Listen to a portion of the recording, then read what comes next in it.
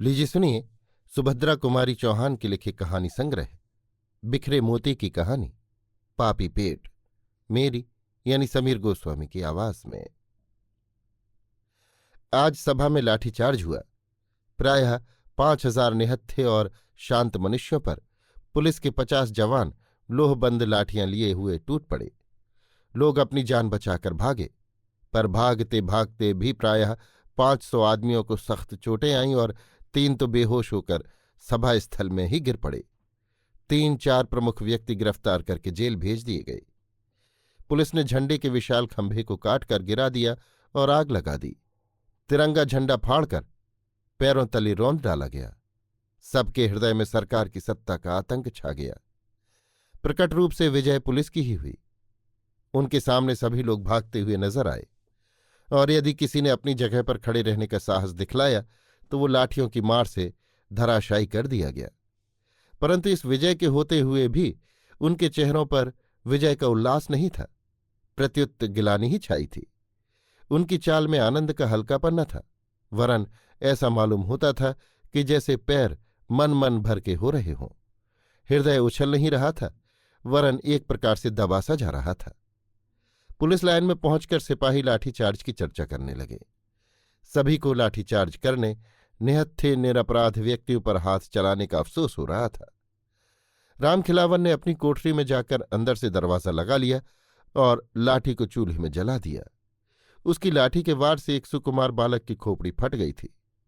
उसने मन में कहा, बेचारे निहत्थे और निरपराधों को कुत्तों की तरह लाठी से मारना। राम राम, ये हत्या किसके लिए? पेट के लिए? इस पापी पेट को तो जानवर भी भर लेता है, फिर हम आदमी होकर इतना पाप क्यों करें? इस 20 रुपट्टी के लिए ये कसाईपन? ना, अब तो ये न हो सकेगा। जिस परमात्मा ने पेट दिया है वो अन्न भी देगा। ओह, लानत है ऐसी नौकरी पर। और दूसरे दिन नौकरी से इस्तीफा देकर अपने देश को चला गया। थानेदार बरकतुल्लाह लाठीचार्ज के समय चिल्ला चिल्ला कर हुक्म दे रहे थे, मारो सालों को, आए हैं स्वराज लेने। लगे खूब कस के, परंतु अपने क्वार्टर्स में पहुंचते पहुंचते उनका जोश ठंडा पड़ गया। वे जबान के खराब अवश्य थे, पर हृदय के उतने खराब न थे। दरवाजे के अंदर पैर रखते ही उनकी बीवी ने कहा, देखो तो ये गफूर कैसा फूट फूट कर रो रहा है। क्या किया है आज तुमने? बार बार पूछने पर भी यही कहता है कि अब्बा ने गोपू को जान से मार डाला है। मेरी तो समझ में ही नहीं आता कि क्या हुआ। सुनते ही थानेदार साहब सर थाम कर बैठ गए। गोपाल बहुत सीधा और प्रेमी लड़का था। थानेदार का लड़का और गोपाल एक ही कक्षा में पढ़ते थे और दोनों में खूब दोस्ती थी। थानेदार और उनकी बीवी दोनों ही गोपाल को अपने लड़के की ही तरह प्यार करते थे। थानेदार को बड़ा अफसोस हुआ। बोले, आग लगी ऐसी नौकरी में। गिरानी का जमाना है, वरना मैं तो इस्तीफा देकर चल देता। पर करें तो क्या करें? घर में बीवी बच्चे हैं, बूढ़ी माँ है, इनका निर्वाह कैसे हो? नौकरी बुरी जरूर है, पर पेट का सवाल उससे भी बुरा है। आज 60 रुपये माहवार मिलते हैं। नौकरी छोड़ने पर कोई 20 रुपट्टी को भी न पूछेगा। पापी पेट के लिए नौकरी तो करनी ही पड़ेगी। पर हां, इस हाय हत्या से बचने का एक उपाय है। 3 महीने की मेरी छुट्टी बाकी है। 3 महीने बहुत होते हैं, तब तक ये तूफान निकल ही जाएगा। ये सोचकर उसने छुट्टी की दरख्वास्त दूसरे ही दिन दे दी। उधर कोतवाल बख्तावर सिंह का बुरा हाल था।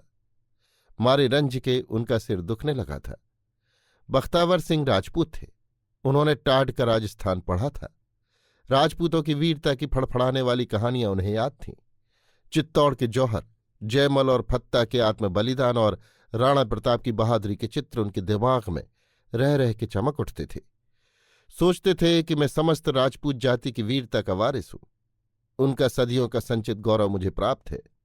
मेरे पूर्वजों ने कभी निहत्थों पर शस्त्र नहीं चलाए, किंतु मैंने आज ये क्या कर डाला।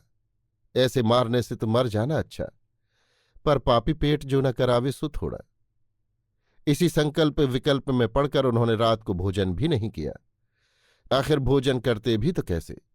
उस घायल बच्चे का रक्त रंजित कोमल शरीर, उसकी सकरुण चीत्कार और उसकी हृदय को पिघला देने वाली बेधक दृष्टि का चित्र उनकी आंखों के सामने रह रहकर खिंच जाता था।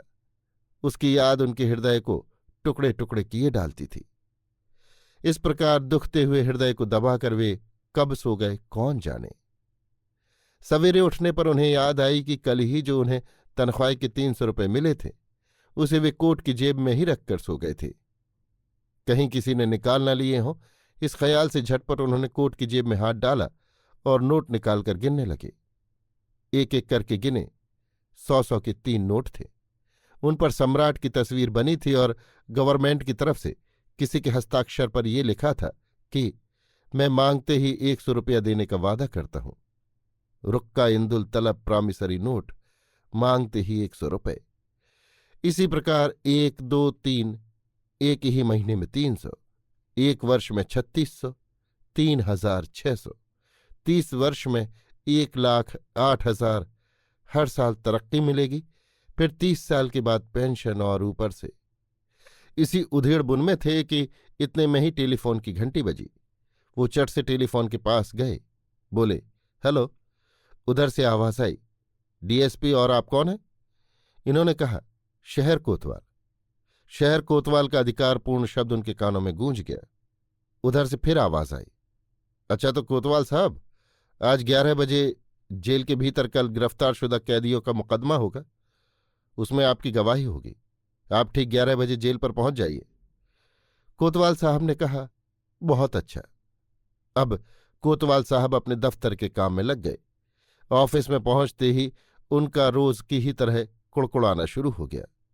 कोतवाली में काम बहुत रहता है, बड़ा शहर है, दिन भर काम करते करते पिसे जाते हैं। एड़ी चोटी का पसीना एक हो जाता है, खाने तक की फुर्सत नहीं मिलती। 24 घंटे गुलामी बजानी पड़ती है, तब कहीं 300 रुपट्टी मिलते हैं। 300 में होता ही क्या है, आजकल तो 500 से कम में कोई इज्जतदार आदमी रह ही नहीं सकता। इसी के लिए झूठ, सच, अन्याय, अत्याचार क्या क्या नहीं करना पड़ता। पर उपाय भी तो कुछ नहीं है। इस 6 फीट के शरीर को कायम रखने के लिए पेट में तो कुछ झोंकना ही पड़ेगा। क्या ही अच्छा होता है यदि भगवान पेट न बनाता। इन्हीं विचारों में समय हो गया और कोतवाल साहब ठीक 11 बजे गवाही देने के लिए जेल को चल दिए। लाठीचार्ज का हुक्म देने के बाद ही मजिस्ट्रेट राय साहब कुंदनलाल जी को बड़े साहब का एक अर्जेंट रुक्का मिला। साहब ने उन्हें फौरन बंगले पर बुलाया था। इधर लाठीचार्ज हो ही रहा था कि उधर वे मोटर पर सवार हो बड़े साहब के बंगले पहुंचे। काम की बातों के समाप्त हो जाने पर उन्हें लाठीचार्ज कराने के लिए धन्यवाद देते हुए बड़े साहब ने इस बात का भी आश्वासन दिया कि राय बहादुरी के लिए उनकी सिफारिश अवश्य की जाएगी। बड़े साहब का उपकार मानते हुए राय साहब कुंदनलाल अपने बंगले लौटे। उन निहत्थों पर लाठी चलवाने के कारण उनकी आत्मा उन्हीं को कोस रही थी। हृदय कहता था कि ये बुरा किया। लाठीचार्ज बिना करवाए भी तो काम चल सकता था। आखिर सभा हो ही जाती तो अमन में क्या खलल पड़ जाता। वे लोग सभा में किसी से मारपीट करने तो आए न थे, फिर मैंने ही उन्हें लाठी से पिटवाकर कौन सा भला काम कर डाला। किंतु दिमाग ने उसी समय रोक कर कहा, यहां भले बुरे का सवाल नहीं है। तुमने तो अपना कर्तव्य पालन किया है। स्वयं भगवान कृष्ण ने कर्तव्य पालन के लिए निकट संबंधियों तक को मारने का उपदेश अर्जुन को दिया था। फिर तुम्हारा कर्तव्य क्या है? अपने अफसर की आज्ञा का पालन करना। आतंक जमाने के लिए लाठी चार्ज कराने का तुम्हें हुक्म था। तुम सरकार का नमक खाते हो, उसकी आज्ञा का उल्लंघन नहीं कर सकते। आज्ञा मिलने पर उचित अनुचित का विचार करने की जरूरत ही नहीं। स्वयं धर्म नीति के ज्ञाता पितामह भीष्म ने दुर्योधन का नमक खाने के कारण ही अर्जुन का पक्ष सत्य होते हुए भी दुर्योधन का ही साथ दिया था। इसी प्रकार तुम्हें भी अपना कर्तव्य करना चाहिए, नतीजा बुरा हो चाहे भला। पर फिर उनके हृदय ने काटा। ना जाने कितने निरपराधों के सिर फूटे होंगे। दिमाग ने कहा, फूटने दो। जब तक सरकार की नौकरी करते हो तब तक तुम्हें उसकी आज्ञा का पालन करना ही पड़ेगा, और यदि आज्ञा का पालन नहीं कर सकते तो ईमानदारी इसी में है कि नौकरी छोड़ दो। माना कि आखिर में ये लोग स्वराज्य के लिए ही झगड़ रहे हैं, उनका काम परमार्थ का है, सभी के भले के लिए है, पर किया क्या जाए? नौकरी छोड़ दी जाए तो इस पापी पेट के लिए भी तो कुछ चाहिए। हमारे मन में क्या देश प्रेम नहीं है?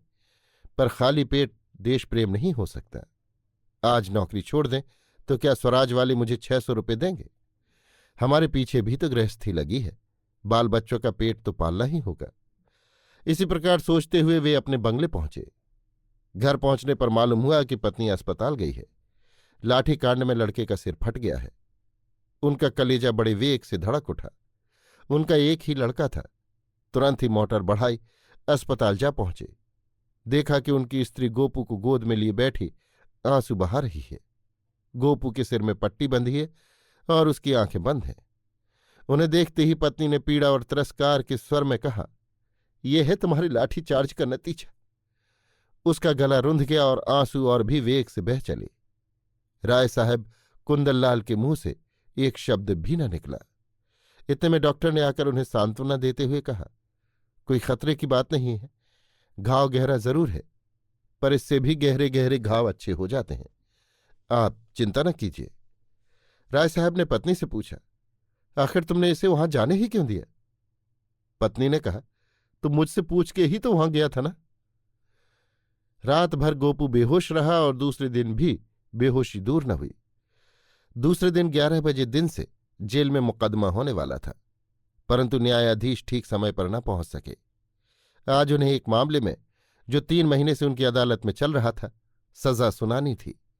मामला था एक 13 साल की बालिका को बेचने के लिए भगा ले जाने का। जुर्म साबित हो चुका था। न्यायाधीश के द्वारा उसे 6 महीने की सख्त कैद की सजा दी गई थी। फैसला सुनाकर न्यायाधीश महाशय जेल आए। कोतवाल और राय साहब कुंदनलाल की गवाही हो जाने पर अभियुक्तों में से एक को 2 साल की सख्त कैद और 2000 रुपये जुर्माना, दूसरे को 1.5 साल की सख्त कैद और 1500 रुपये जुर्माना, तीसरे को 1 साल की सख्त कैद और 500 रुपये जुर्माना की सजा दे दी गई। अभियुक्तों ने मुकदमे में किसी प्रकार का भाग नहीं लिया और न पेशी ही बढ़वाई, इसलिए मुकदमा करीब 1 घंटे में ही समाप्त हो गया। तीनों अभियुक्त प्रतिष्ठित सज्जन थे और राय साहब की जान पहचान के थे। मुकदमा खत्म हो जाने पर राय साहब ने उनसे माफी मांगते हुए कहा, क्षमा करना भाई, इस पापी पेट के कारण लाचार हैं, वरना क्या हमारे दिल में देश प्रेम नहीं है। ये कहकर उन्होंने अपनी आत्मा को कुछ संतोष दे डाला और जल्दी जल्दी अस्पताल आए। गोपू की हालत और भी ज्यादा खराब हो गई थी। उसकी नाड़ी क्षीण पड़ती जाती थी। राय साहब के पहुंचने पर उसने पहली ही बार आंखें खोलीं। उसके मुंह पर हल्की सी मुस्कुराहट थी। धीमी आवाज से उसने कहा, वंदे मां की ध्वनि नहीं निकल पाई। मां के साथ ही उसका मुंह खुला रह गया और आंखें सदा के लिए बंद हो गईं। उसकी माता चीख मारकर लाश पर गिर पड़ी। राय साहब के शून्य हृदय में बार बार प्रश्न उठ रहा था, ये सब किसके लिए? और मस्तिष्क से प्रतिध्वनि उसका उत्तर दे रही थी, पापी पेट के लिए।